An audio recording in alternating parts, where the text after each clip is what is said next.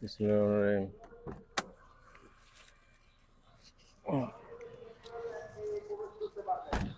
খালা কি একাই থাকেন? কি হয়েছে পায়ে? আপনি এখানে থাকেন? শীত মানে হম শেরপুরে। আচ্ছা, তো থাকেন, খাওয়া দাওয়া করেন, হ্যাঁ? ঠিক আছে।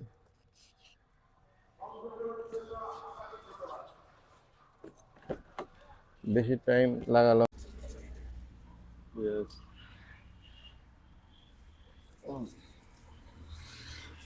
এই মামা, এই মামা,